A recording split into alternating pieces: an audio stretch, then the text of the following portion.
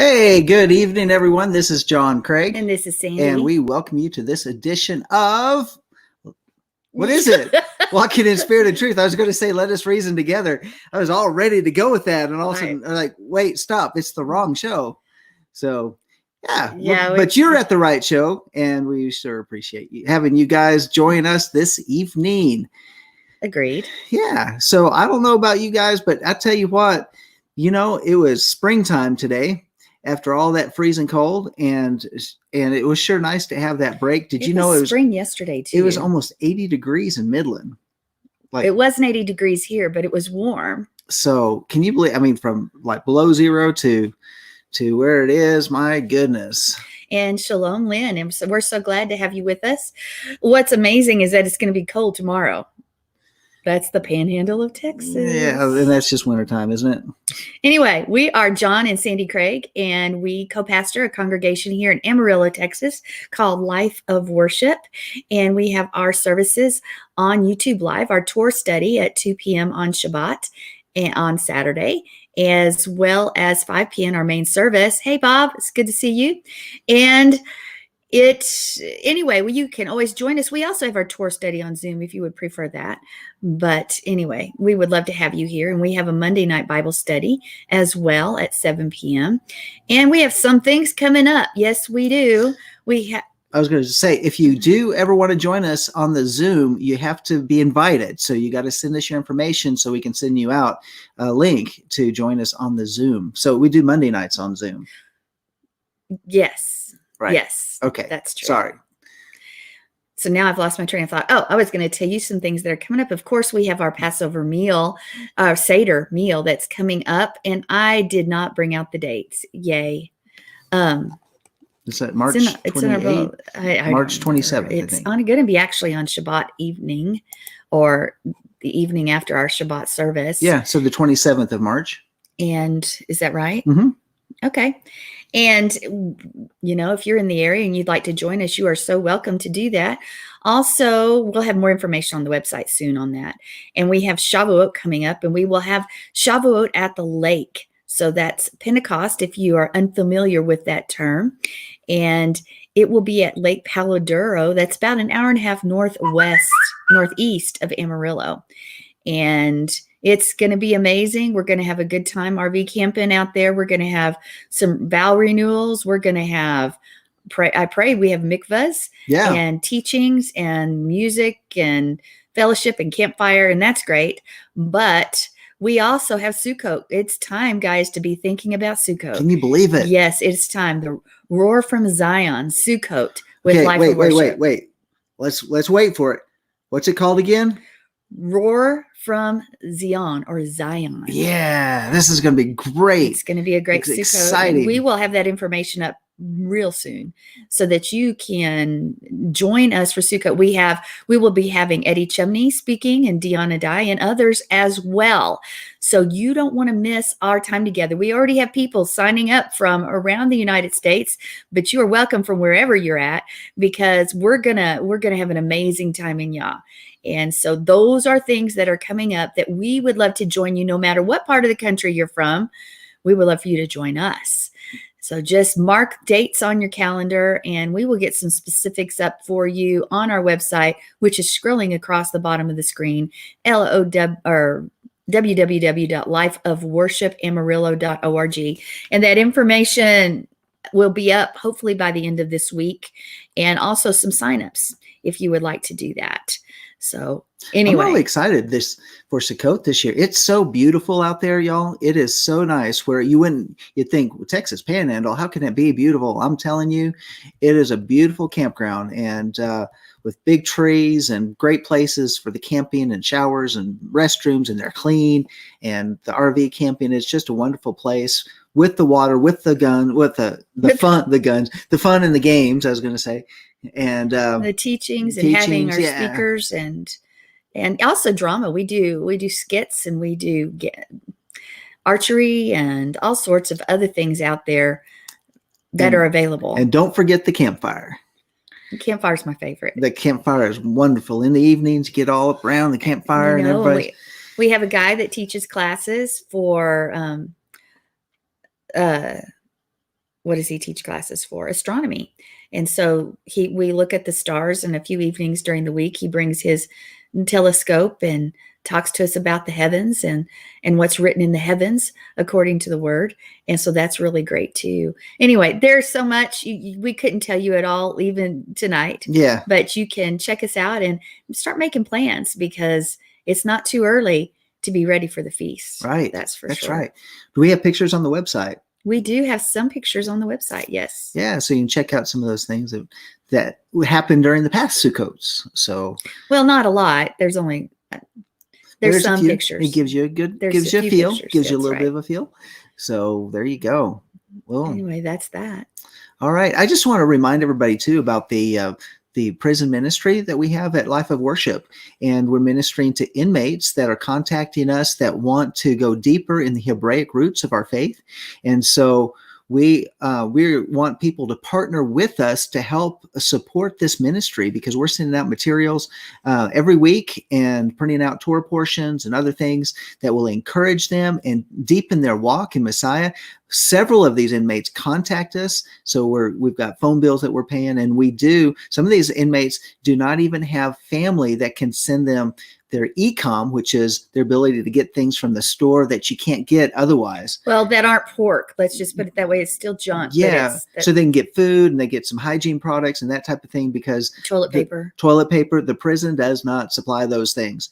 So they need that type of thing. And if you'd like to give an offering to help us support those inmates, as well as Life of Worship, you can go to our website and you will see on there a donate button, and it takes you directly to PayPal, and you can just do a donation that way, or you can write us, send a check, money order, anything like that. The address is on the website. It's on the website. So I wanted to let you know, because I'm so excited about the things that are going on, and I'll tell you this.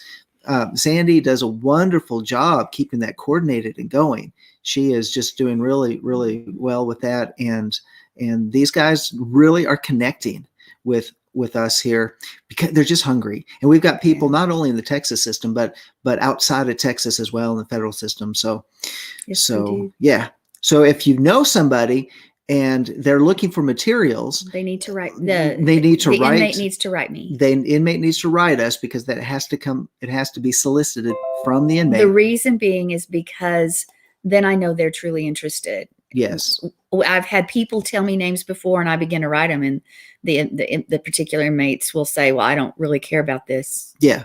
And we don't want to waste our money or our time. Right. If that's the case, we want those that are the hungriest. We want to feed them. That's right.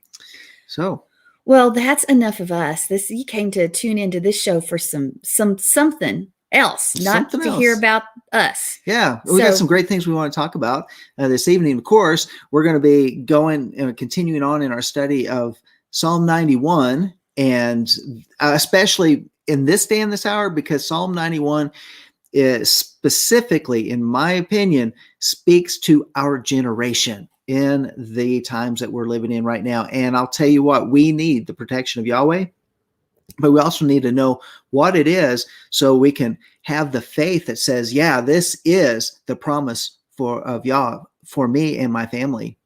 But before we go there, I wanted to touch on a couple different things. Is it news? Well, sort of. So we can go ahead and Did you want that? Yes, let's do it.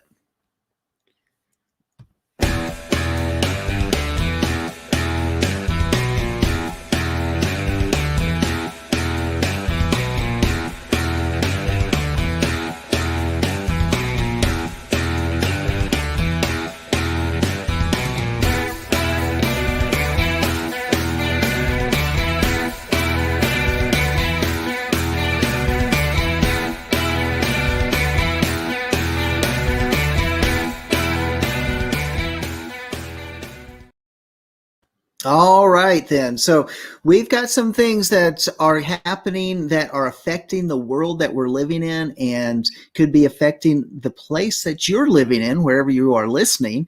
And so the first subject I wanted to bring out has to do with space events. Maybe things that are going on in our solar system, cosmic events, and how they are affecting planet Earth. So the first thing I wanted to mention is that 2 days ago, there was a massive solar wind that was sent out from the sun that came, and it's hitting the earth right about now. And so what's that do when these solar energy things hit the earth? It causes the electromagnetic fields around the earth begin to collapse, and there's energy that comes from those blasts. And of course, I've talked about this before, but that energy gets driven into the poles, and which that energy goes into the core. And what's it do? It heats up the core, and that's when we start to see all sorts of things happening around the ring of fire and the fault lines within the world. And as that energy passes through, it causes the magma to rise. And if you haven't been noticing, there have been a lot of volcanoes that have been erupting. In fact, I mentioned this on Let Us Reason Together, that this past week, I think it was on Sunday, there were 3 volcanoes that erupted in Guatemala. And we also have had 4 major eruptions from Mount Etna over in Italy. That is a hot spot to be watching and to pay attention to.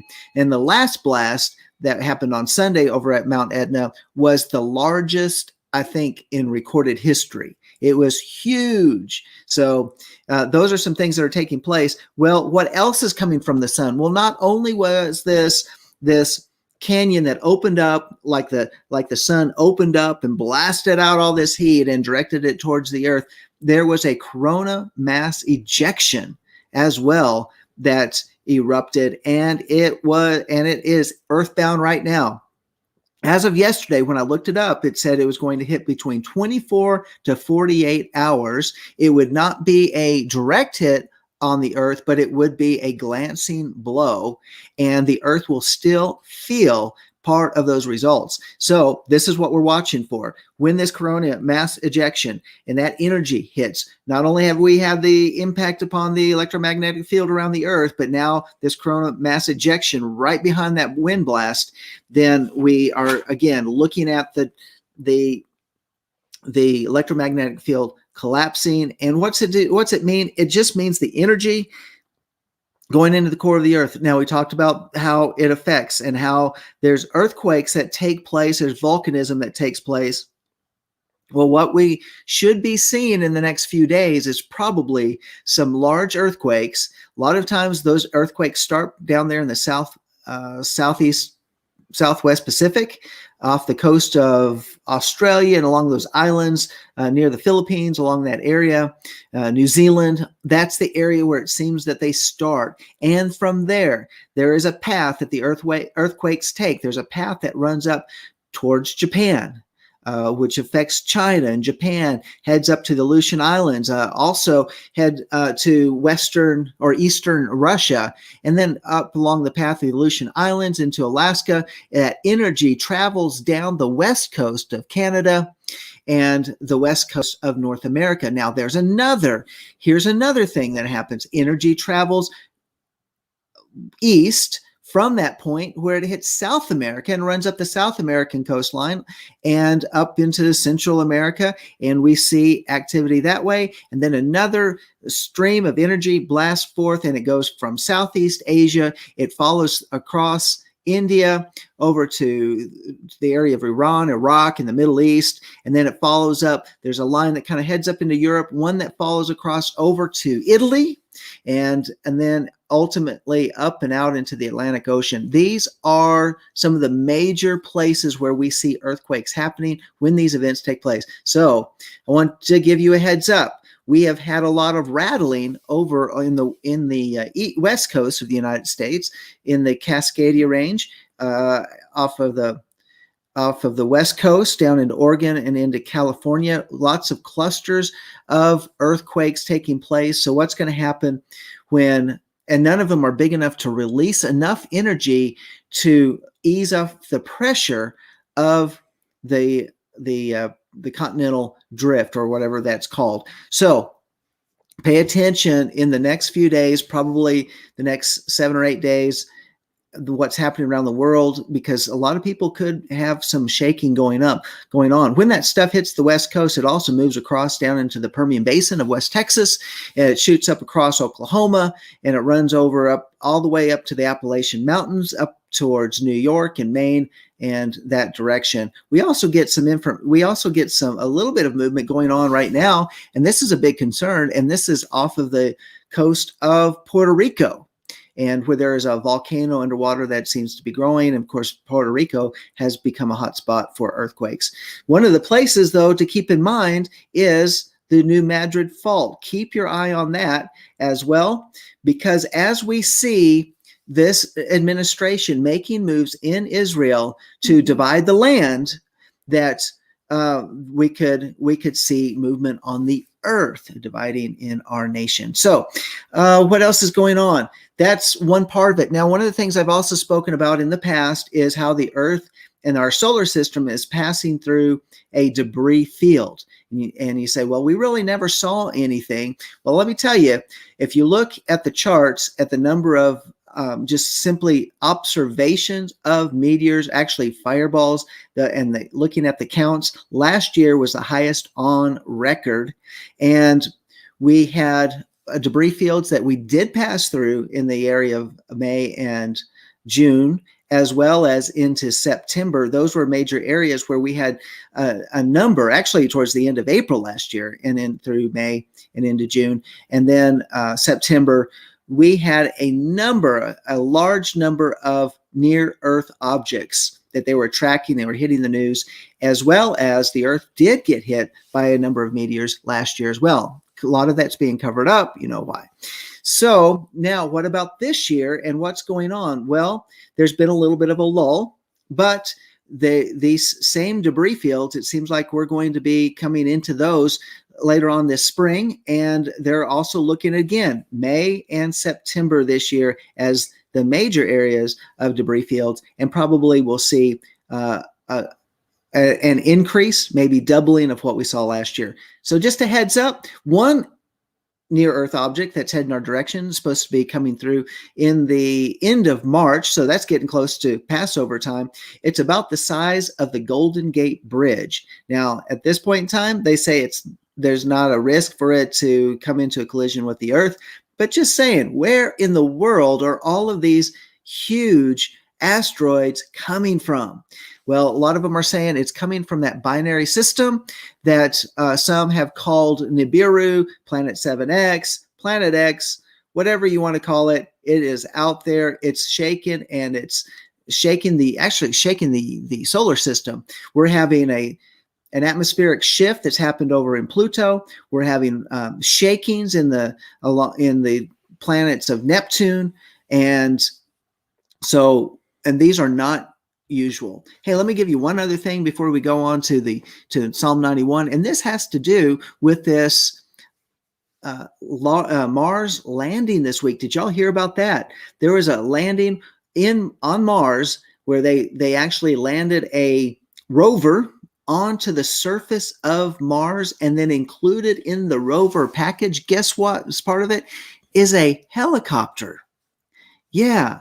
How in the world do you use a helicopter in a place like Mars, where they say the atmosphere is only about 1% of that which is on Earth? Well, my question is, did they really land? Did they really land? So I'm just reporting what's been reported, and you can look it up for yourself.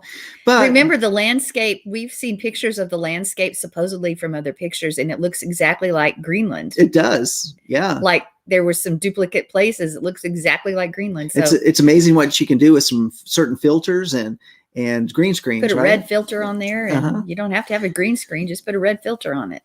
So what they've said is this thing has landed, and it landed safely, and they're all excited. In fact, the installed person in the White House even called up NASA and congratulated them about this Mars landing. Well, what is the purpose of it? Well, let me get over to what they're saying about the helicopter.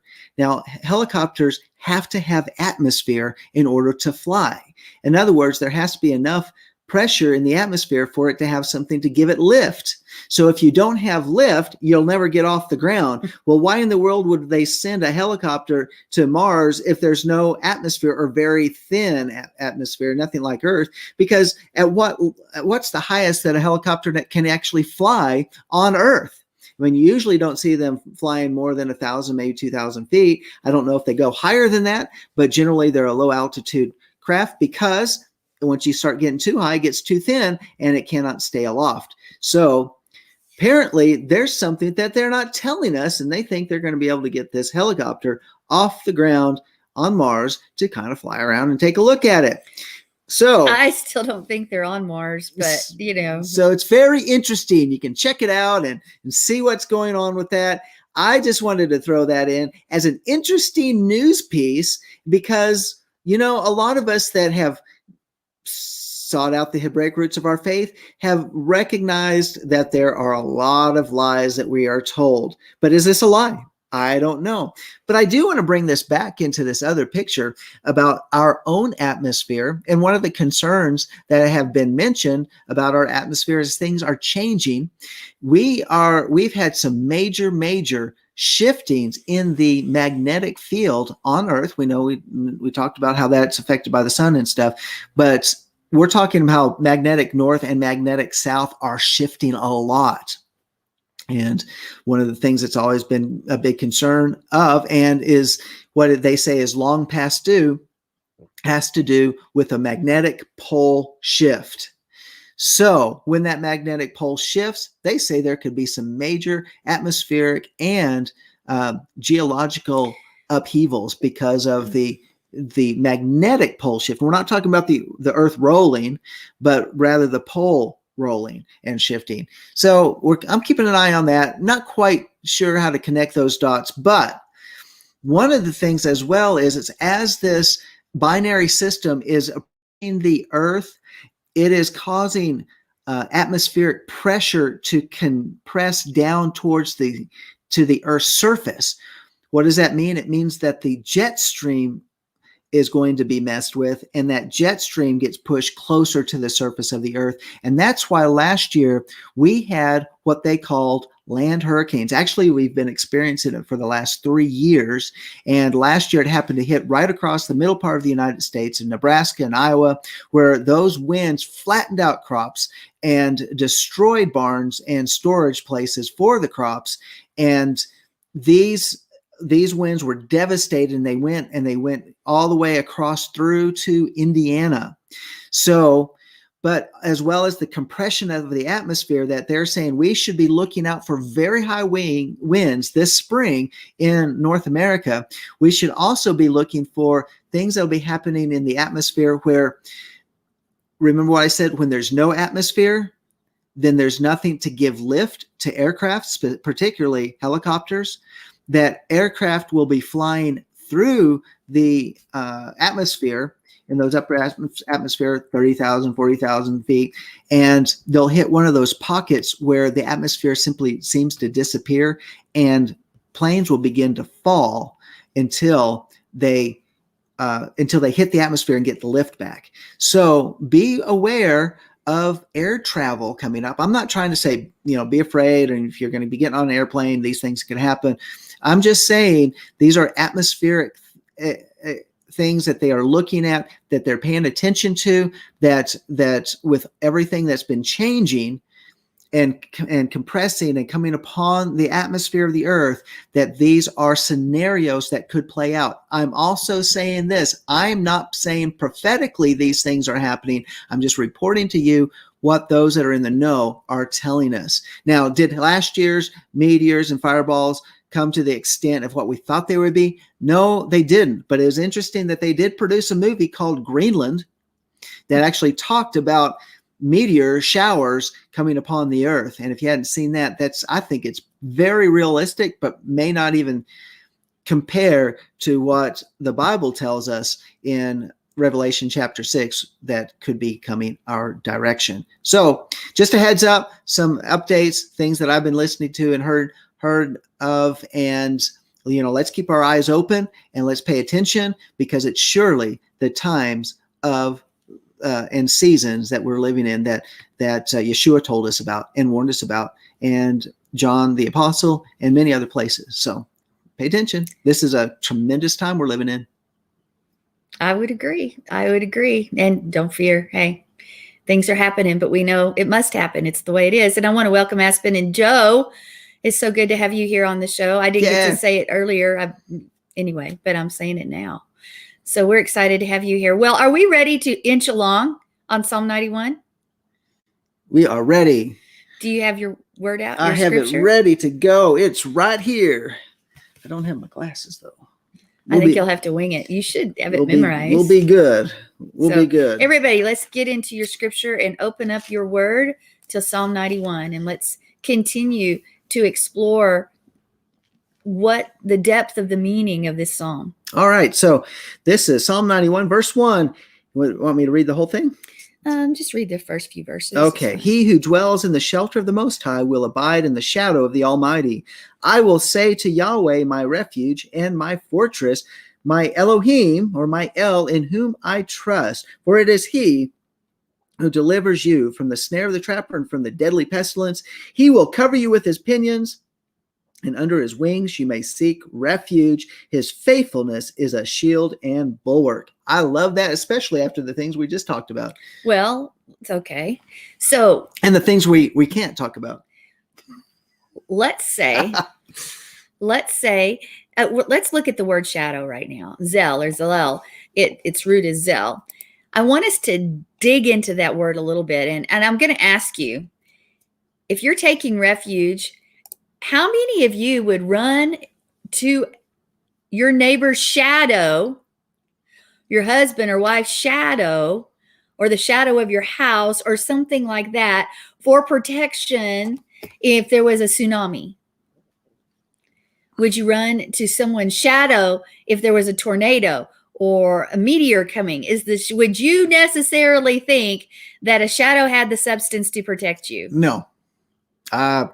Nope. Shadow's not going to work. Sorry. So it would be hard to conceive that a shadow would bring cover, that a shadow would take care of you. You might even say, really? A shadow? If somebody says, go run to the shadow, go run to that shadow. Yeah. You would go, maybe not. So, and you might even think, what good is a shadow when you need real protection? Well, let's also look at another scripture in the Psalms that talks about shadow. We're not going to do a lot, but we are going to take apart a few, and that is Psalm 57:1. Psalm 57:1. Psalm 57:1. Yes. So think of the shadows. Psalm run over there. There's a 57:1. shadow. It will protect you. All right. Be gracious to me, O El. Be gracious to me, for my soul takes refuge in thee, and in the shadow of thy wings I will take refuge until destruction passes by. Okay. So let me ask you this. So here we have again, you're running to the shadow. If there's a tornado coming, where would you run? To shelter. What kind of shelter? I'd be going to like a bunker. A bunker? Yeah. If you were being invaded by another army, where would you run? I'd be running to a bunker. Okay. If there was a nuclear explosion, where would you be going? I'd be running to a bunker. Okay. I think there's a consistent thought there, right? I think so. Bunker. This is unplanned, guys. I just want to let you know. That's right. It always is. What are we talking about? So could there possibly be something better than a bunker? What's a bunker made of? Concrete, steel, reinforced steel. Oh, we saw something the other day where they had a railroad car, so to speak, buried under the ground. And I was like, oh, I wish we had one of those under the ground, because it had stock. It was stocked and it was buried low enough under the ground to take care of things. And I was like, oh, I wish we had that. Like one of those containers. Yeah, like a container. Yeah, exactly. So you would think that those steel doors and concrete or steel containers, concrete containers, would be very safe. Is there something that is more safe than those shelters, quote unquote? Well, obviously Now you got my tongue. My cat's got the tongue now. I couldn't tell you. Well, of course we know. We It's a read the setup. word. We read the word and it says, run to the shadow of the Most High, right? Run. Okay. That's right. Read that. That's Read what that it first said. psalm again. Yeah. Be gracious to me, O El. Be gracious to me, for my soul takes refuge in thee. And in the shadow of thy wings I will take refuge until destruction passes And by. we hear in Psalm 57:1 about the refuge of the shadow of the wings. Now that is amazing. There has to be something amazing. If it's far greater than any kind of shelter we could build, which we know it is, what is it about the protection of the shadow of his wings? Well, if you think about the shadow, it means that something is making the shadow. Something's coming between you and but we're not running. light. We're not running to the something. We're running into the shadow. So you can't relate it to the thing or person. You have to only relate it to the shadow. Because you're not running to the person or the thing. You're running to the shadow. Well, so David, though, he recognizes something here. David says, your shadow, oh Yah, is enough for me. That's some pretty gutsy language there. If you're being chased by armies to face destruction. In my point of view, the way I'm looking at it is, if there's a shadow, it just means there's something in between that's making the shadow. I don't want you to think about the something in between, because it doesn't say run to Yahweh. It doesn't say take shelter in Yahweh. It says take shelter in the shadow of his wings, refuge in the shadow, So just being under the shadow to David is enough. He doesn't ask God, hey, make sure you're right there close to your shadow. In fact, that you and the shadow are like side by side. He doesn't say that. He doesn't say, oh, I need all of heaven to come down and take care of me. He says, no, Father, your shadow is enough for me. So let's take it apart a little bit and see what is it about that shadow. And this may take us a while. Who knows? Because the Hebrew word is T-S-E-L. That's the root, Zadik Lamed. And that the first usage is Genesis 19:8. Now remember, the first usage of a word always will help us understand the meaning of that word and be that seed form of that word so that we can expound upon it. So Genesis 19:8. Just 19:8. This is where over there when it's talking about Sodom. So let's see what it says. Now behold, I have 2 daughters who have not had relations with man. Please let me bring them out to you, and do to them whatever you like. Only do nothing to these men, inasmuch as they have come under the shelter of my roof. Okay, so in that instance, what is that shadow? What is that word representing? Shelter. It's a shelter. In other words, there's a covering. Protection. There you go. Okay, so we have this first usage of the word sel, T-S-E-L, that root, to mean protection, or as you said, what did you say? A shelter. A shelter. Okay, let's look at Job 7:2 for further usage of this word and see if we can understand it a little bit more. Job 7:2. The book of Job. Job. I always wondered why they didn't spell it Jobe. To confound you, my dear. I'm completely confounded. All right. Okay. Job 7:8. 7:2. 7:2. Yeah, that too. As a slave who pants for the shade, and as a hired man who eagerly waits for his wages. So why is there a man panting for shade? Because it's zeal. It's zeal. That's right. It's because it's zeal. It's a shelter. It is a place where there's comfort. There's relief. Why? Because it's a desert climate. There needed to be relief there. So we should notice something here, or I'm going to ask this. What is unique about a shadow? Is it going to be in the same place 10 minutes from now, 30 minutes from now, as it is at this very moment? No, it'll move. It'll move depending on the direction of the light. So to remain in the shadow means what? How do you remain in a shadow if it's constantly moving? You have to be moving. You have to be where that shadow is, for sure, right? That's right. You can't be stuck in the ground. Well, let's talk about it. So at least the earthly shadows are what? They're temporary, right? Yes. They are not do they provide a permanent solution for us? Nope. And Not- sometimes they're small, and sometimes they're long, short or long. Or, It's true. So even the image that is displayed from the thing that's making the shadow, that shadow itself changes with the sun, right? Yeah. So let me ask you this. Is that also true of Yah's shadow? Does it constantly move? Is it ever changing? Size, shape, parameters? Does it change? Does his refuge depend upon our position, or do we depend upon his position? It would seem to me that it depends on his position. And it also would say his position is immovable. Well, let's check that out. So, In other words, he's not going to fluctuate in the size of that shadow, right? I'm asking the questions. Okay. All right. Something for us to ponder, isn't it? Flip those questions back on you. So there is the negative side to shadow. The final analysis: shadows in our world are temporary. They are real. You can see a shadow. You can't feel it, but you can sure see it. But there's no substance to them. Is that the same with Yah's? Is his shadow, does it consist of nothing, of no substance? It's real, but it is more ephemeral. Thoughts to think about. Is human life compared to a shadow? Let's look at 1 Chronicles 29:15. I'm just thinking about the people of Israel when they're all camped around the mountain, and that the cloud was on top of the mountain, but they followed the cloud. The cloud protected them and covered them. They remained in the shadow of that cloud to protect them, and they felt the difference. If you got outside of that, you'd be in those hot desert suns. But that cloud was Yeshua. That cloud was Yah. Yeah. So therefore, they were abiding in the shadow. Yeah. And so what is that shadow? Again, the same as a shadow that we would put forth.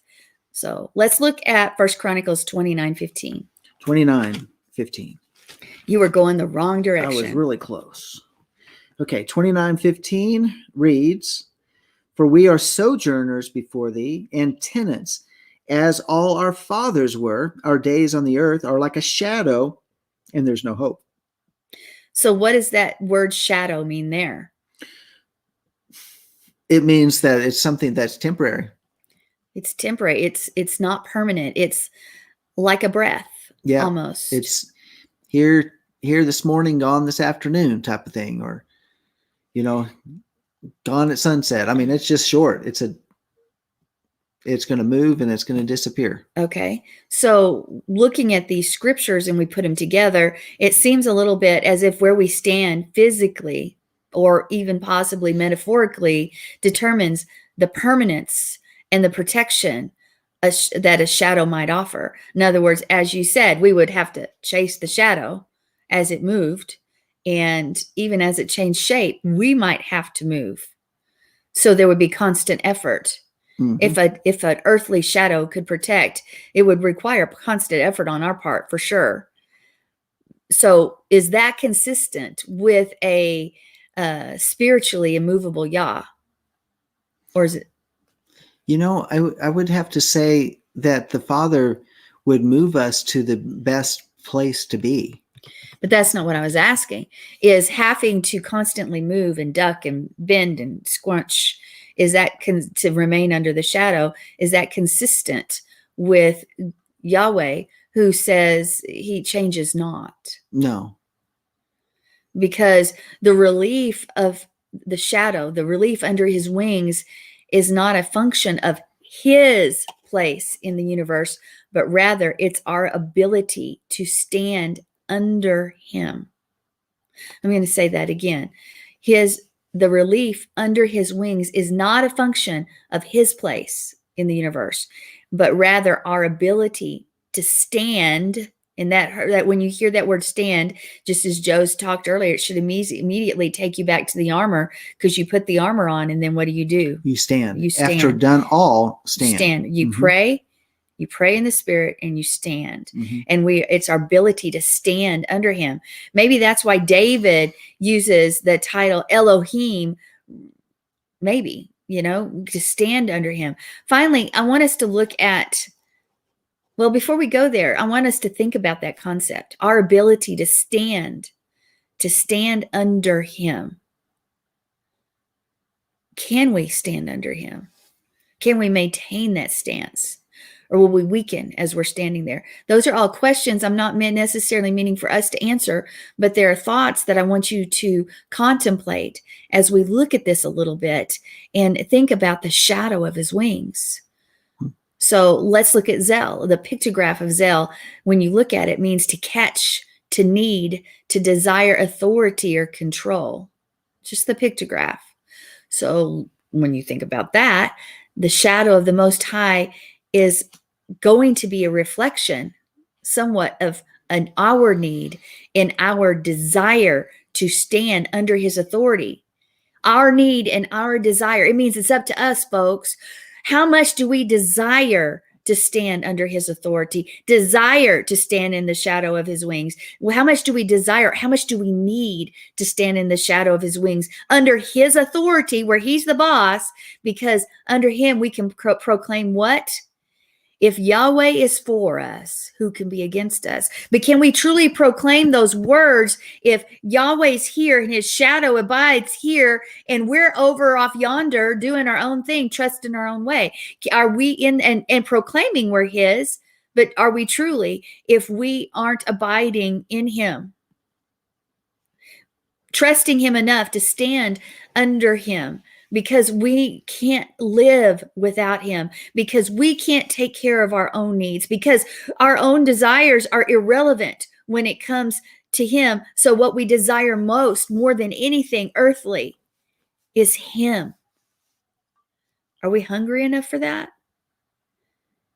Because when we take that position and we stand, then we can say, if Yah is for us, who can be against us? So it really reinforces the thought that refuge is not actually up to Yahweh. Refuge is not up to Yahweh. It's up to you. The refuge is up to us. What does that mean to you? That when we look at that refuge is not up to Yahweh. It's up to us. Do we need him? Do we want him enough? Well, is our desire for him? Are we willing to submit to his authority? What? Well, I think it goes back to what James says. If we draw near to him, he draws near to us. So if we are, we can't expect God to come and bow at our feet. That's not the way it works. He's sovereign. He's king. And so we have to bow to him if we want to receive his favor and have that scepter extended towards us, to where we are. But how do you do that? How's that represented? It's by our lifestyle. It's by what we do. It's by how we are living out or walking it out. Let me say it that way. Walking it out is much better, in the footsteps of Yeshua. And a lot of times, again, I think even in the Hebrew roots communities, and as well as in Christianity, is that people think they have the Yeshua peace, Jesus peace, and they're all good and they're following Torah in the way that they think they should be following Torah, but somehow we're really kind of operating according to our own will, and often pridefully so, because we think, well, at least I'm not like that neighbor or that person, that I've got this knowledge and this wisdom, so therefore I've got to be okay. But we could be, with that type of attitude, be literally shipwrecked in our faith. And we need to have mercy, walk humbly with our God. We've got to walk in the manner that represents that we do live in his kingdom. Yeah. Well, and that's true. And I really want us to understand how much we need to abide in the shadow of his wings, but what it actually takes for us to do that. We've got to remember that we are the ones that need to move. We have to move into his light, into his truth, into his commands, and his commands provide protection. But we also have to remember that if the Torah is the instruction book and Yeshua is the Torah, Yeshua is also Yah. Yeshua is the one we abide in, but we trust in him and his way, not our own. I'm going to ask you this. Where are there no shadows? Can I just say something first before I answer that Sure. question, or I add to that? And it has to do with is that, one of the ways that we stay in the shadow is to follow his instructions, correct? So keeping that in mind, we think about walking in Torah, walking it out to the best of our abilities based on where we are, considering there's no temple and all that sort of stuff.